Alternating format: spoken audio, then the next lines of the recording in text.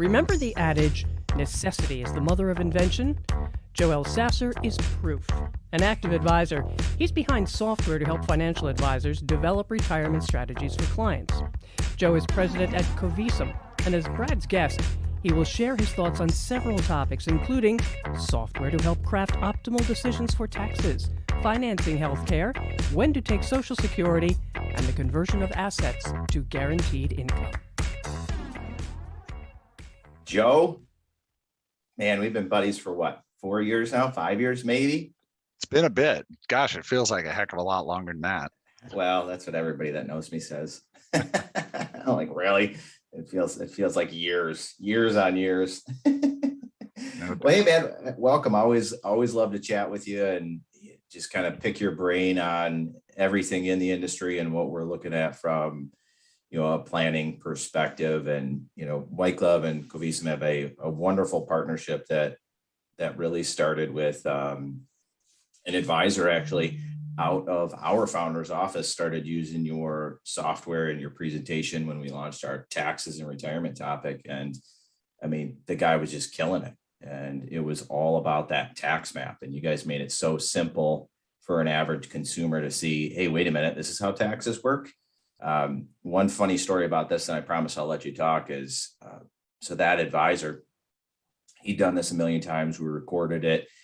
We would show that to other advisors that wanted to do it. And one seminar he was doing, he got sick. He wasn't able to make it that night, and it was at the local library. And what we ended up doing, or what the InvestWise ended up doing, was they couldn't find somebody to fill in that short of a notice. So all they did was they played his presentation on the wall.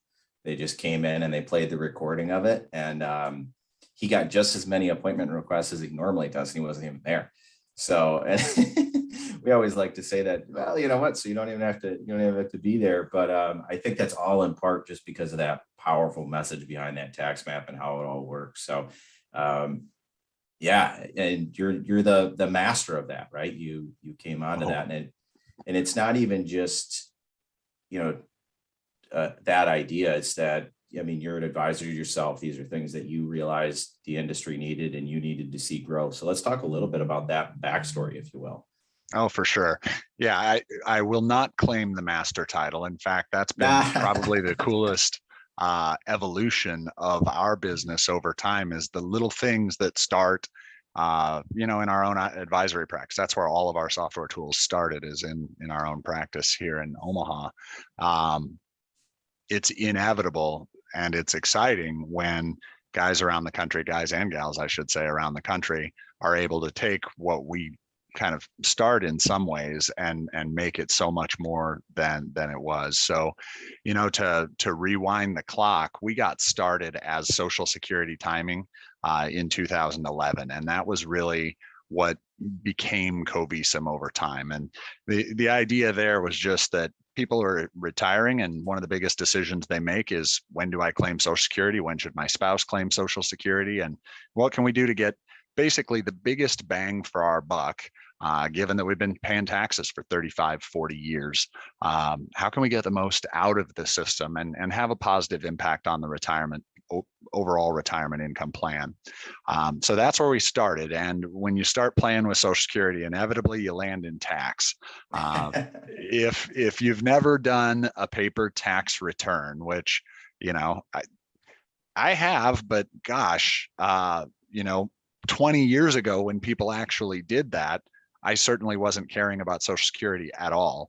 If you actually do a paper tax form, though, in order to figure out what portion of your Social Security is taxable, you actually have to jump out to the instruction booklet, fill out a little worksheet in the instruction booklet, and bring it back onto the return. That's how much of your Social Security is taxable, and the rest never even shows up on the return. So once you start to really notice how that Social Security income interacts with other incomes, you really start to think about how you structure retirement income streams in retirement differently. And there's a heck of a lot of value that can be added at that second level. So first with the Social Security decision, and then second by architecting the client's overall retirement income streams in a tax efficient manner. And that's really what has allowed us to grow a lot over the last decade, is not just looking at one decision in a vacuum, but instead working with those advisors who start with the one decision and then effectively show clients how that decision interacts with all the other things they've got going on in their financial life. I think, frankly, that's what makes those advisors most impactful with their clients as well. I would tend to agree. And it's such an interesting, backstory, because ours is very similar, right? We started in Social Security seminars. We actually, Social Security 567, because there's 567 ways to file for Social Security at that time. And inevitably, we transitioned into tax and now into general retirement and estate planning. And it's all that, constructing a retirement plan by looking at all of those facets. And your software has done an excellent job at helping our advisors do that, but more importantly, showcasing to the end clients or someone that attends a seminar what that looks like and how it does impact the rest of retirement. So, I don't know if you would consider yourself an expert. You're definitely an expert compared to me and in my eyes, but as far as Social Security goes and as far as taxes goes, what are you seeing right now? We've seen a huge resurgence in people's interest to learn about Social Security this year. Just in the last 18 months, it's definitely blossomed up again, where it was kind of died down there for a little while. But what do you see from a Social Security standpoint? I know the trustee report came out a little bit later this year, right? So what does that mean, and how does that affect moving forward with retirement plans? That was nice. A little bit later. That was so generous to so this was actually the latest Social Security trustees report in the history of the program. Even when you adjust for changing dates, there was a fiscal year change many years ago, and yet this was the latest ever in the history of the Social Security system. You had some other really interesting things happening. The commissioner of Social Security was asked to leave. The deputy commissioner went, and by the way, refused to leave, at which point you had kind of a really interesting political drama play out. And in all of our client seminars, we do everything we can, and client conversations, everything we can to leave politics out of it, right? And instead, don't focus on the politics of the issue, what should be, what shouldn't be, and instead focus on what is. And if what could be comes to be, how would that impact you? Those are the kinds of questions we want to be asking. So yes, we're seeing a major, I wouldn't even call it a resurgence. It's one of those things where among advisors, I think advisors always felt like the bells and whistles of the file and suspend, the restricted application, those were really exciting marketing fodder, because you could immediately point to, a certain dollar value that the client was 99% of the time going to leave on the table in the absence of the advisor. And when those went away, it lost its sheen probably for a lot of advisors. The interesting thing, though, is it was still one of the biggest questions clients needed answered. And as a result, those advisors that just kind of stayed the course and continued talking about Social Security, continued making it part of their overall value proposition, have fared very well all along the way. And so, yes, we're seeing a resurgence in news items. And whenever there's a resurgence in news items, there's obviously a marketing opportunity, because oftentimes the news items are dramatized. When the Bipartisan Policy Center report came out last year, and it said Social Security will now be broke in 2029 instead of 2035, and only 69% of promised benefit dollars will be payable at that time. What was the headline? It was not that you'd still continue to receive 70 cents of every Social Security check, even if Social Security ran out of money 6 years ahead of schedule. It was Social Security will be broke 6 years ahead of schedule in less than a decade. That was the headline. And so when people are being bombarded by headlines like that, you can imagine their level of comfort with the decision is not where it needs to be in order to make that decision effectively. I think that's where advisors will always be valuable as, a filter between sensational headlines and the reality of what makes a good retirement income decision. Well, just decoding those headlines seems to be a full-time job now, depending on where you're picking up your news. But most sources, I mean, it's what's the boldest and brashest statement we can make so people will tune in to hear our take on this. I mean, it's just kind of common now that opinions are everywhere with news outlets, and it doesn't seem to always be that way.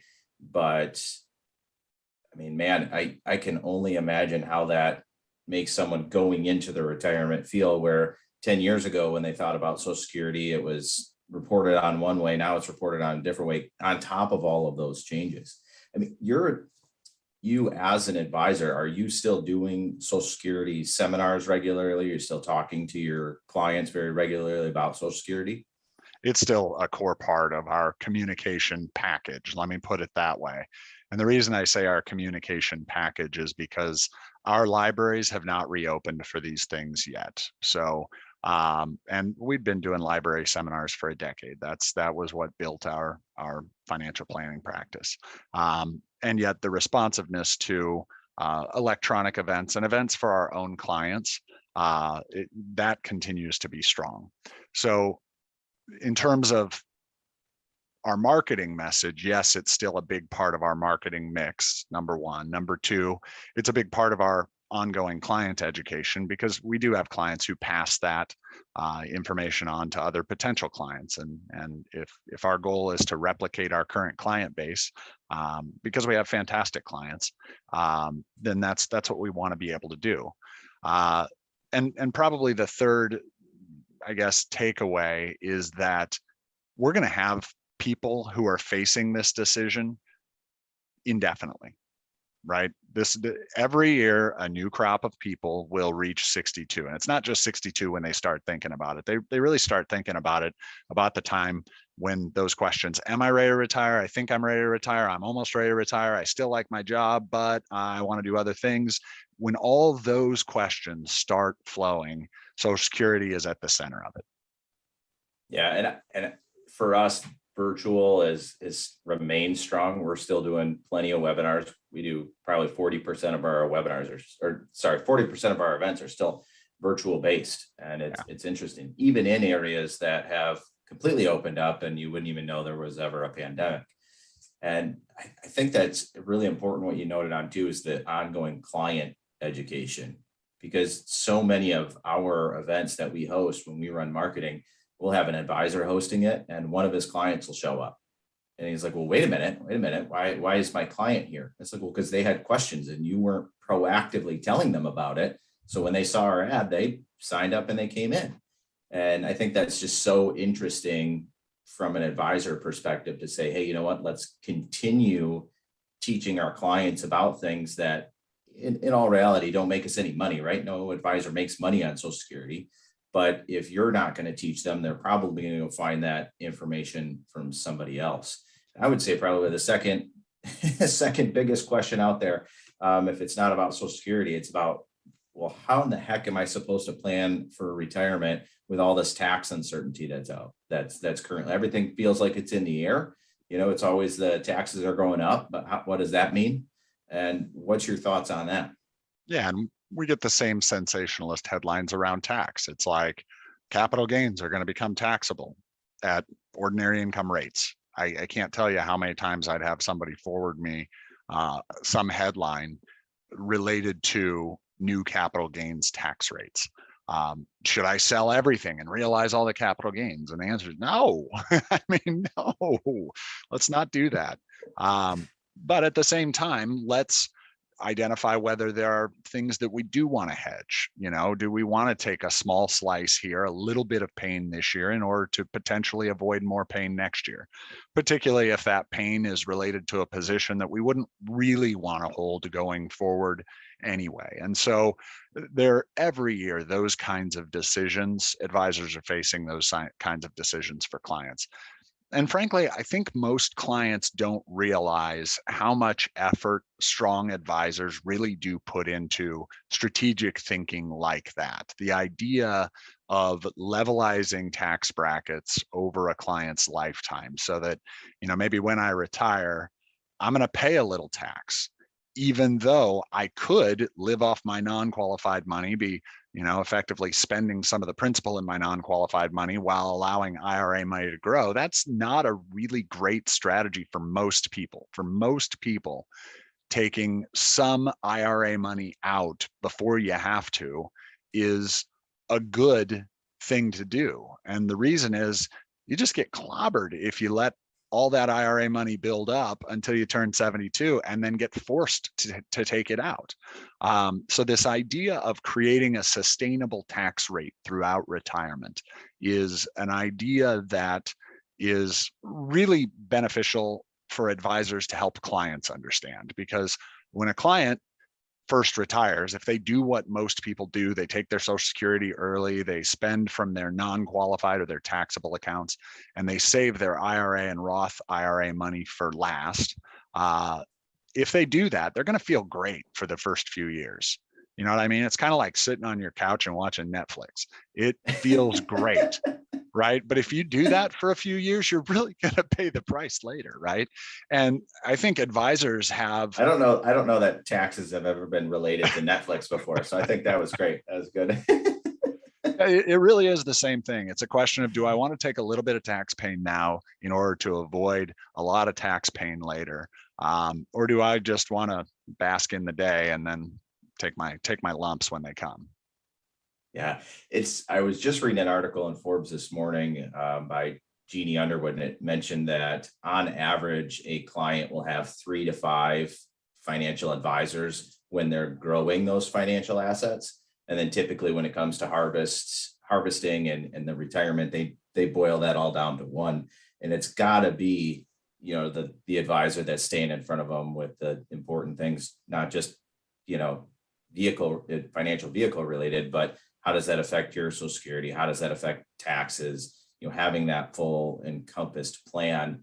If you want to be that one advisor when it goes from 5 to 1, and not get cut out, it has to be a proactive approach of addressing this. So what have you seen most effective when you're going to talk to your current clients when it comes to Social Security or when it comes to taxes? You mentioned it's part of the plan or the packet.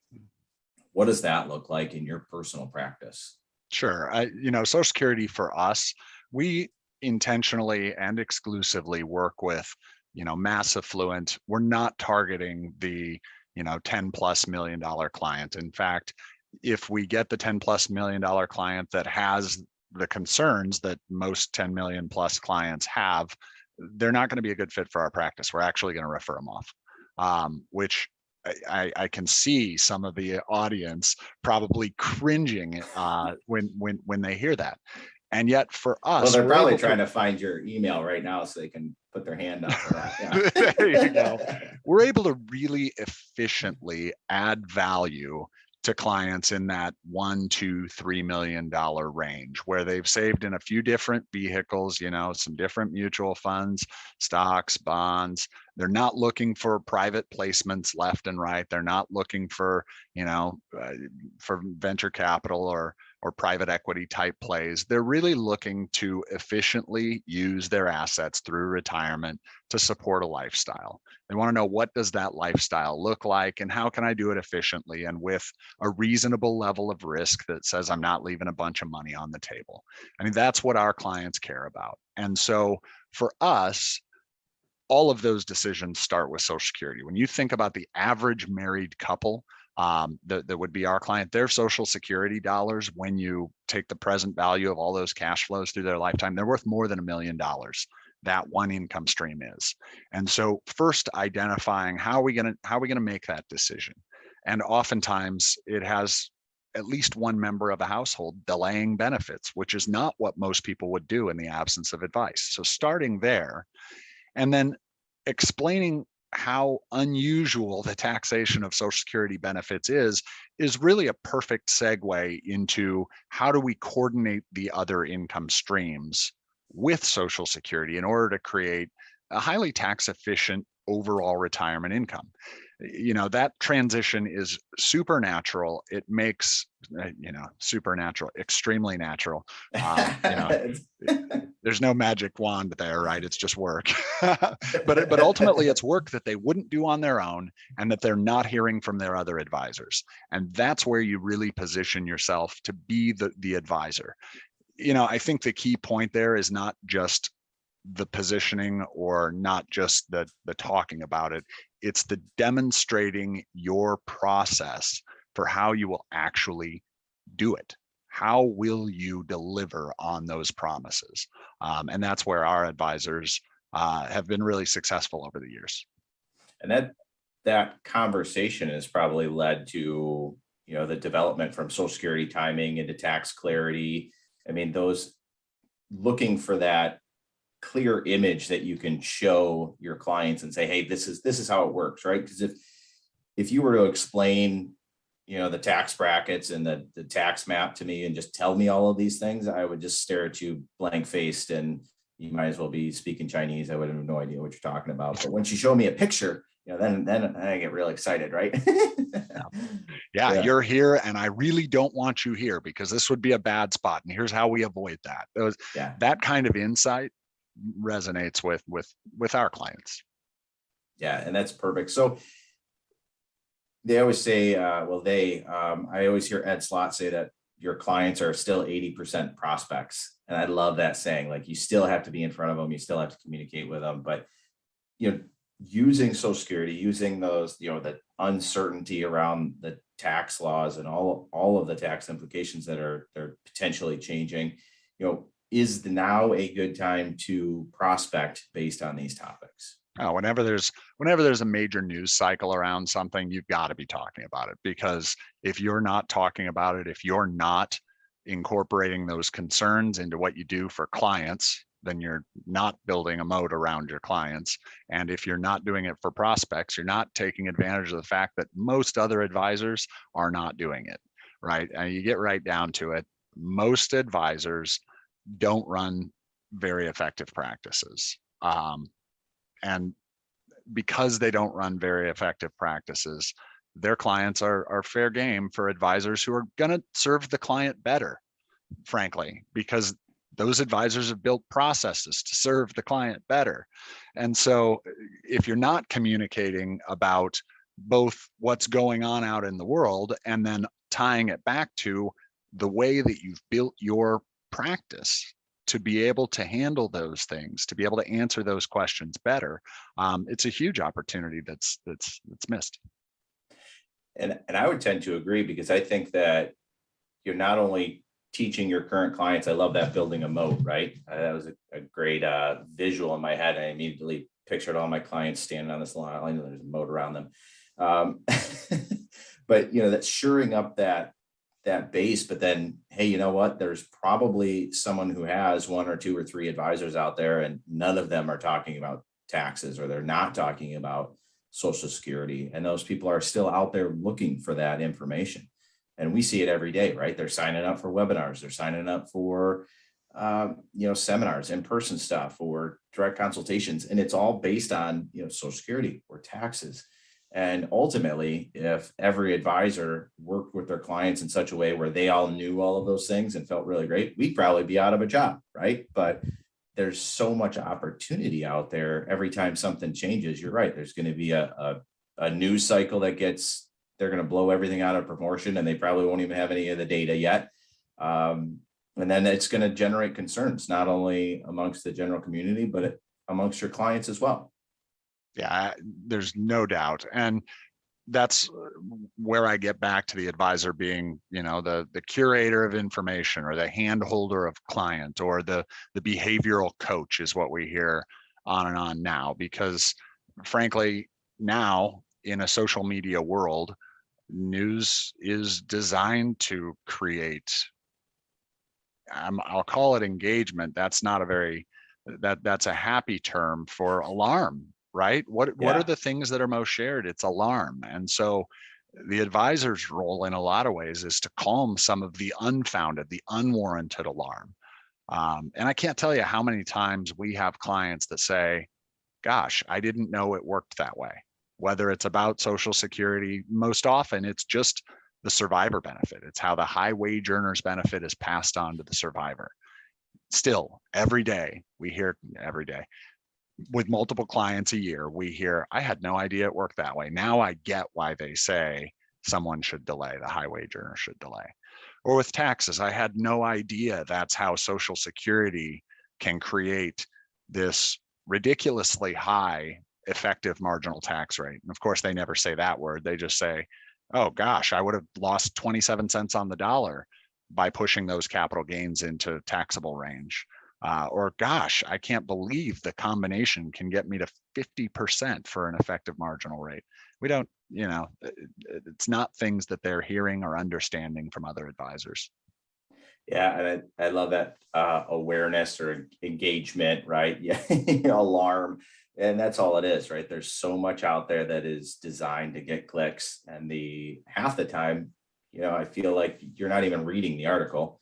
You're clicking on the headline, you're reading a few lines, and then you're forwarding it over to your friendly advisor if you're out there trying to get more information. But we're in a point now where information is free, right? You carry it around in your pocket, anything you'd ever want to know, but really kind of distilling that down into a real education and understanding it. I think that's where the hurdle comes in. And that's where advisors could really step up and help not only, their clients, but their community. So Joe, I always have fun chatting with you, even if it's on Social Security or taxes, which is strange for me. I'm a marketing guy, right? I like sales and fun new widgets and shiny objects and all that, but it's been a pleasure. If there's one thing, just one action item for people listening today or watching, what should they do right now to implement, getting those conversations out in front of their community or their clients? So for me, when I think of any of these challenges, it all starts with education, right? The more educated an advisor is, the more effective they're going to be in communicating the value that they can actually deliver. So step one, if anything we've said during this discussion is new, then there's a lot of education to be had. Our blog is as good a source as any because you're going to find it all in one place. That's thing one. But thing two is once you're really understanding the concepts, figure out how to systematize the delivery, because it's everything, is being able to first communicate the value, then second, deliver on the value. And when you can deliver on the value, you end up a lot more referable. Clients can point to, he did this for me and this is how it impacted me. And that referral story, rather than, yeah, he's a great guy, two very different kinds of referrals. One's in the interest of the client more than the other by a long shot. So those would be the big takeaways. I love that. And I think if I hear anything from an advisor on a consistent basis, it's they love working referrals, right? So if you can get in front of your current clients and help them with something that maybe they have concerns on, or maybe they just didn't know were possible, then that's just a natural reaction. Hey, Joe just helped me do this. I'm going to brag about it to all my friends. And some of them are probably going to say, can I get that guy's phone number? So Joe, thanks for being on the show today. Let's keep in touch, and we'll do more big things in the future, man. Thanks, Brad. Always fun. Joe Elsasser of Convisum with Brad Swineheart, the host of Be Advised, Leading with Value. To know when the latest episode is ready for you, follow this podcast and share it with others.